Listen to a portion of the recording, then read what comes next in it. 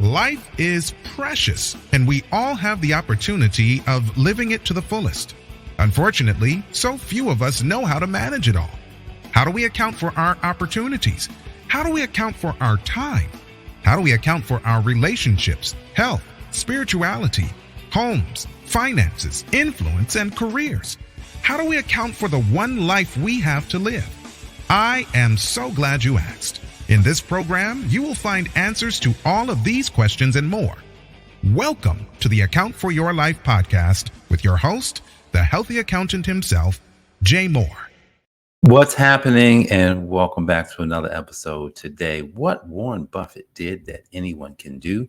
And today we're just going to look at just some of the basic thing that he did that made him the success that he is. Hey, if you have not subscribed to our YouTube channel, make sure you go and subscribe, like, comment, let us know what you got out of this program today. Also, if you have friends and family and folks that may want to account for their life, also share this broadcast across your social networks with them.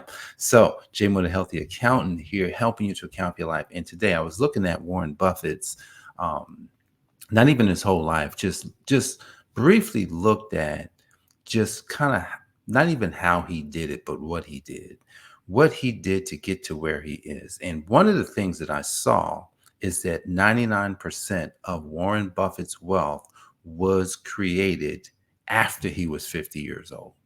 Wow. 99%. So that means he didn't have much. He had something, but he didn't have that much. And when I looked it up, he only started with $100,000. He started with $100 of his own money. He started Berkshire Hathaway, and he had $100 of his own money, but he was able to raise $105,000 from friends and family. So, what did he do? What did he really do? What did Warren Buffett really do that anybody can do? And hey, I'm always trying to look at a scriptural lesson, and so the lesson today is found in Proverbs chapter 28.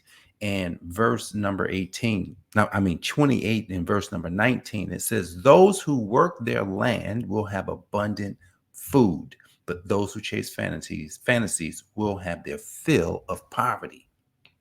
Work, and more work. This is what we're talking about. Proverbs chapter 14 and 20, verse 23. It says, all work brings profit. All work brings profit, but mere talk only leads to poverty. Wait a second. This is almost the same thing. Those who work their land will have abundant food. Those who chase fantasies will have their fill of poverty. So you have a contrast in statements here from different parts of Proverbs, almost saying the same thing. One saying it brings profit, all work brings profit. The other says that those who work their land, those who take what they have, will have abundant food. So what did Warren Buffett do? What did he really do? One, he started to work. He worked. Me and Jenny was talking last night, a couple of nights ago. And when we were talking about work. And what we were talking about is levels of work. See, what we have to focus on, if we want to be able to do things that others have done, there's always a different level from where we are to where we need to go. I'm over 50, guys, and I'll be honest, I don't have much, right? And why don't I have much? It's because, I had bad information, which that's changed. I'm not saying that, I'm not telling you now that, oh my goodness, woe is me. No. Now what I've done is I put all my efforts into working what I have, working the land that I have. I'm not going on to new land right now. What is the land that I'm in? I'm in the land that God gave me. God gave me a voice. I got to work my voice. God gave me a skill. I got to work the skill. God gave me a mind. I've got to use it. God's given wisdom. I've got to find it.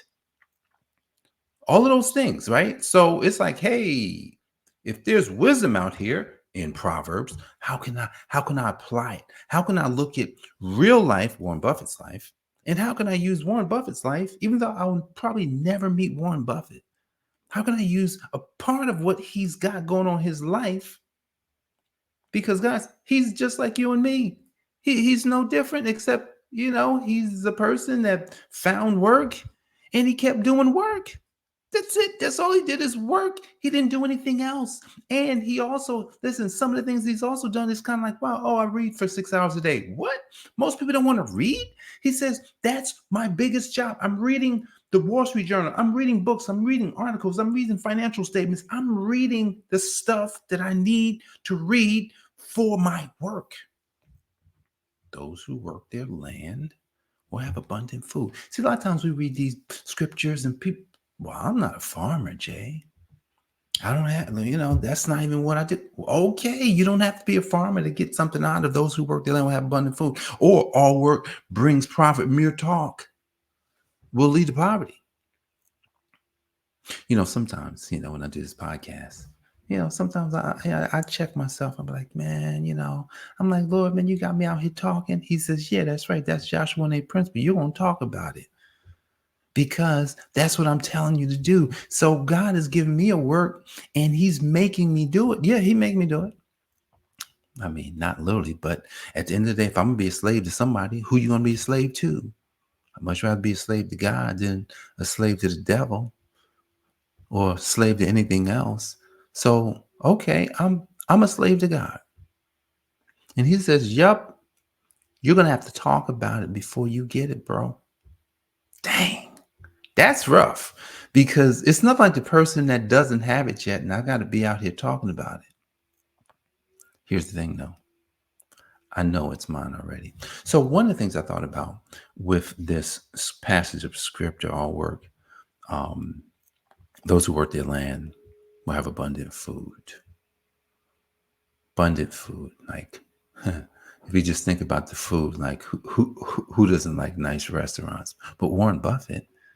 He works his land. He can have as much food as he wants. And he's eating McDonald's. He can have any kind of food. I'm not saying he eats McDonald's every day, but, it's been chronicled that the man eats McDonald's and he drinks a Coca-Cola. And he may do that every day. He has the same house in Omaha that he's always had. Like, the only upgrade, I'm sure he's got some upgrades on the inside of the house, but there's some security upgrades and some fencing and stuff like that. But it's the same house that he's had for years. He's gotten some things, but he's working his land. He has as much food as he wants. He just doesn't overeat. Man, there's a proverb. I wish I could remember the proverb. And the proverb talks about the fact that if you eat too much, it's like getting drunk. It's like going into a stupor. Imagine, how when Thanksgiving and Christmas and all these times come around and folks eat and they fall asleep, or, it's maybe, back in the day, after church, we'd eat and then we would say we get itis, right? That's the itis. Cause I'm falling asleep out here because the food was so good. But what does that mean? It just means that we ate too much. We ate too much of the wrong stuff. Food is not supposed to put us to sleep. So just because you have a lot of food or just because you have a lot of money don't mean that we're supposed to waste it. What is Warren Buffett doing with his money? He's not wasting his money. He doesn't waste it. He's not an overspender. He's frugal is what they call those types of people. How do you become a frugal person? It starts small. It doesn't start when it's big. So he was always this way. I mean, the man invested when he was 11. The man filed his first tax return at 13. So somebody like that just has been consistent year after year after year, doing the same work over and over, just knowing that the profit is coming. How much profit would you like in 2024? How much profit? Can we be like Warren Buffett? There's only one Warren Buffett. So I can't even focus on whether or not I'm going to that I would ever be like him. I don't have a path like Warren Buffett, but I can be like Japheth Moore. Japheth Moore has an ability that God has given him. So if God's given Japheth Moore an ability, just like God's given you an ability, then what is the work? What is the work? Those who work their land. So now the job that we have in 2024, if we have not discovered the work, then your first job is to discover the work. What is the work? See, because the work, imagine this, let's go all the way back to Adam. What was Adam's work? Adam's work was to care for the garden. That meant he had to take care of everything in the garden. That meant he even had to name everything in the garden. He had to inspect everything in the garden. He had to make sure that the garden was running smoothly. And God did not tell him how to do it. See, a lot of times we're looking for God to just come down, write it down on a piece of paper, lay it out, and say, okay, now you go do it. No, he's not coming back to give us any of that. What God will do is says, I've already given you the knowledge. Just like Adam, if Adam was a baby, which he was, he never was a baby, but Adam was born and immediately God put him to work.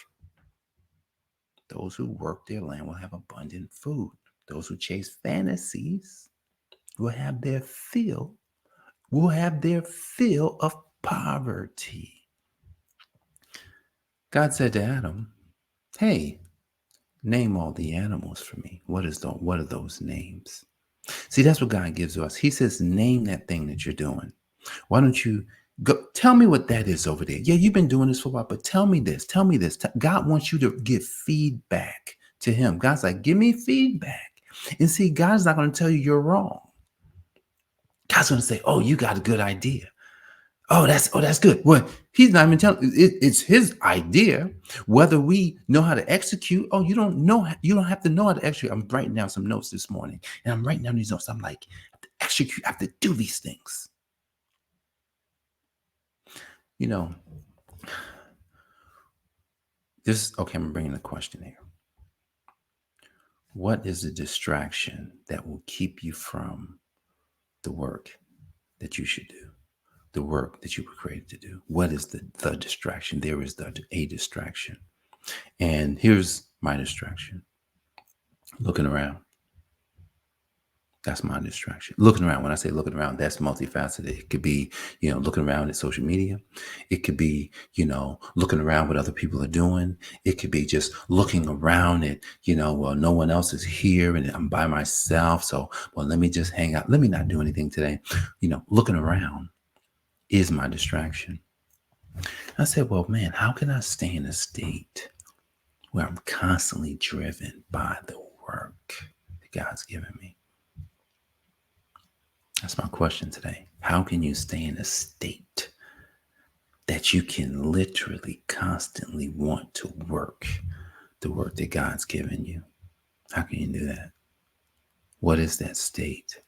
When you find this state, like, will you embrace the state? Will you allow yourself to say, you know what? For some reason, our culture has duped us. This culture that we live in. If you live in the United States, we've been duped. We've been duped that we've been told that life is about fun and games. Have fun. No, life is not about fun and games. Life is about life. Life is about contribution. Life is about connection. Life is about certainty and clarity on who God or what assignment God has given us. That's what life is. But our culture has told us that no, life is fun. You only want, you just want to work a little bit. You don't want to be working all the time. What? We think God is doing? God is just working. That's all he does is work. Is it? You think God's sitting around? Yeah, man, we're having a good old time up here in heaven. God is working and he stays working. Because he's creative. He keeps creating. God continues to create. The thing about God, he doesn't have to keep creating the same thing over and over because he creates it once. How do I know that? Well, I can look around and see that he hasn't had to create the world, this world and earth again. It's still here. He hasn't had to create new humans because he created automation in the human. He's created automation in the ground. He's created automation in the animals. He's created automation in insects and birds, and he's created automation in everything. Why are we so enamored with AI and automation? Because that's who God is. God is all of that. That's why technology is so prevalent today, is because we needed a way to automate everything. So if God is working, come on now, if all God does is work, do you think he's telling you not to work? Now, there's an instance in the Bible where he says, stop working. He says, remember the Sabbath day to keep it holy. 6 days shalt thou labor and do all thy work. But the seventh day is the Sabbath of the Lord thy God. In it thou shalt not do any work. Thou, nor thy son, nor thy daughter, nor thy manservant, nor thy maidservant, nor thy cattle, nor thy stranger that was in thy gates. For in 6 days the Lord made the heavens and the earth, the sea and all the men. God rested on the seventh day. Why did God rest? That's the question. Why did God rest? Because he was finished. He was done. He says, man, I'm finished. Oh, shoot. Wow. 6 days. This is amazing. Let me just take a day. Let me take some time. So he says, you idiots don't even know why you were born. You idiots don't understand what I've done. So you need to stop working, because the work that you're doing is not the work. It's just work. So when you find the work, like Jesus found his work, he says, I do what my Father is doing, and he did it every single day, even on the Sabbath. He says, well, I'm Lord of the Sabbath. The Son of Man can heal on the Sabbath. The Son of Man can do the work of the Father on the Sabbath. So when we're doing the work of our Father, what are we going to get? We're going to produce abundant food. We won't have to chase fantasies any longer. We won't have to chase after all the stuff, because anything that we need and want, we'll have access to it already. We won't have to overspend, because we'll have plenty, right? We'll always make profits, because all hard work leads to profit, right? And we'll constantly be talking about who God said we are. We will constantly be thinking about who God said we are. We will constantly be taking action on what God said to do. And our lives will transform. And we'll be prosperous. And we'll be a good success for him. So whatever Warren Buffett has in his life, it's a result from work. Here's the thing. He found his one work. That was investing. That was his. But here's the thing. He just couldn't invest money without learning. He had to become wise. And becoming wise comes through experience, and it comes through learning. And he constantly learned every single day. Reading, studying, learning, reading, studying, learning, investing. This is all he's done over probably the past 60, 70 years. So we don't have to be like Warren Buffett. We just take principles like this, the principle of Proverbs 28:19 that says, those who work their land will have abundant food, and those who chase fantasies will have their fill of poverty. Let's not chase the fantasies. Let's do the work. Let's find the work, and let's be the work. Guys, I appreciate you for joining me for another episode of the Account for Life podcast. This is Jay Moore, your healthy accountant, helping you to account for life. God bless, and I'll see you on the next episode. Peace.